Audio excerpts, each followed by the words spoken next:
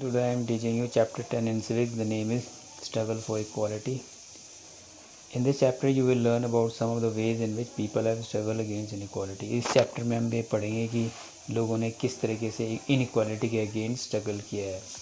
Constitution recognizes all Indians as equal before law and states that no person can be discriminated against because of their religion, sex, caste or whether they are rich or poor. According to the Constitution, her citizen India का equal है law के आगे. किसी के साथ भी discriminate नहीं किया जा सकता, चाहे वो किसी रिलीजन को बिलोंग करता हो, किसी कास्ट को बिलोंग करता है, चाहे वो रिच हो, चाहे वो पुअर हो. Equality before law, poverty and the lack of resources continue be a reason why many people in India are highly unequal. अब लॉ के अगेंस्ट सब इक्वल है, हर सिटीज़न इक्वल है. वो होने के बावजूद भी इंडिया में कई लोग हैं जिनकी लाइफ अनइक्वल है क्योंकि वो गरीब है, उनके पास रिसोर्सेज की कमी है. In the same way, the discrimination on the basis of person's religion, caste and sex is another significant factor for why people are treated unequal in India. इसके अलावा जो लोग दूसरे रिलीजन को बिलोंग करते हैं या दूसरे कास्ट को बिलोंग करते हैं वो भी अभी भी उनके साथ डिस्क्रिमिनेशन किया जाता है. Equality throughout the world, in every community, village, you will find that there are some people who are known and respected because of their fight for equality. अब पूरी दुनिया में कुछ कम्युनिटी के लोग और कुछ गांव के लोग ऐसे होते हैं जिनकी पहचान ज़्यादा होती है या उनकी रिस्पेक्ट ज़्यादा होती है क्योंकि उन्होंने इक्वालिटी के लिए हमेशा फ़ाइट की है. इन्होंने डिस्क्रिमिनेशन के अगेंस्ट हमेशा अपनी आवाज़ उठाई. Often some of these persons become widely recognized because they have the support of large number of people. और ये जो लोग होते हैं इनकी पहचान ज़्यादा हो जाती है क्योंकि इनको बहुत सारे लोगों का सपोर्ट मिलता है. In India there are several struggles in which people have come together to fight for issues that they believe are important.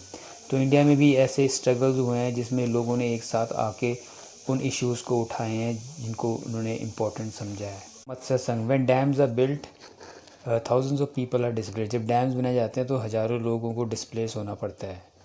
पूरे गांव अपरूट हो जाते हैं, जो वहाँ लोग रहते हैं उनको दूसरी जगह जाना पड़ता है. इसी तरह शहरों में भी जो बस्तियाँ होती हैं उनको अपरूट किया जाता है तो वहाँ से भी लोगों को शहर के बाहर जाना पड़ता है.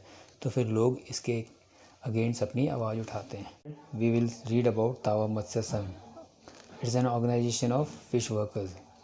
तो ये इस चैप्टर में तावा मत्स्य संघ के बारे में पढ़ेंगे. ये फ़िश वर्कर्स की एक ऑर्गेनाइजेशन है जो फॉरेस्ट ड्वेलर्स हैं जिनको वहाँ से हटाया गया है उनकी राइट्स के लिए लड़ रहे हैं. Dam began to be built in 1958 and was completed in 1978. Tawa dam 1958 को स्टार्ट हुआ था, 1978 में कंप्लीट हो गया था. इस डैम के बनने से जो आसपास को जो फॉरेस्ट एरिया था और एग्रीकल्चर लैंड था वो डूब गया था. तो वहाँ के जो फॉरेस्ट ड्वेलर्स थे, जो फॉरेस्ट में रहने वाले थे, they were forced to move to other places. और जो कुछ फॉरेस्ट ड्वेलर्स थे वो डैम के आसपास सेटल हो गए और फिर उन्होंने अपनी जो मीन्स ऑफ लाइवलीहुड थी उनकी वो फिशिंग थी. 1994 the government gave the rights of fishing in तावा रिजर्वायर टू प्राइवेट कॉन्ट्रैक्टर्स. 1994 में सरकार ने तावा जो डैम है उसके जो फिशिंग राइट्स हैं वो प्राइवेट कॉन्ट्रैक्टर्स को दे दिए. तो इन कॉन्ट्रैक्टर्स ने जो वहाँ के जो लोकल पीपल थे उनको वहाँ से भगाया और लेबर बाहर से लाए. तो जो लोग वहाँ से भागना नहीं चाहते थे उन्होंने डरा धमका के भगाया. तो विलेजर्स ने डिसाइड किया कि वो एक ऑर्गेनाइजेशन बनाएंगे, दैट वाज कॉल्ड तावा मत्स्य संघ. जो तावा मत्स्य संघ था इसने रैलीज ऑर्गेनाइज़ किए, चक्का जाम किया ताकि उनको जो फ़िशिंग राइट्स हैं वो उनको वापस मिल जाएं. इसके रिस्पांस में Madhya Pradesh government decided to give the people displaced by Tawa dam the fishing rights for the reservoir. इसके जवाब में जो गवर्नमेंट थी उसने मध्य प्रदेश गवर्नमेंट ने डिसाइड किया कि इनको जो लोग डिस्प्लेस हुए हैं उनको फ़िशिंग राइट्स वापस दिए जाएँ. Constitution as a living document.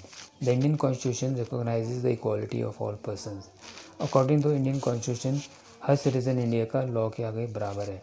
तो जो फिश वर्कर्स थे तावा मत्स्य संघ के, उन्होंने अपने ऑर्गेनाइजेशन को या अपना जो मूवमेंट था उसको सक्सेस बनाने के लिए उन्होंने कॉन्स्टिट्यूशन का सहारा लिया. So this and the chapter. Thank you.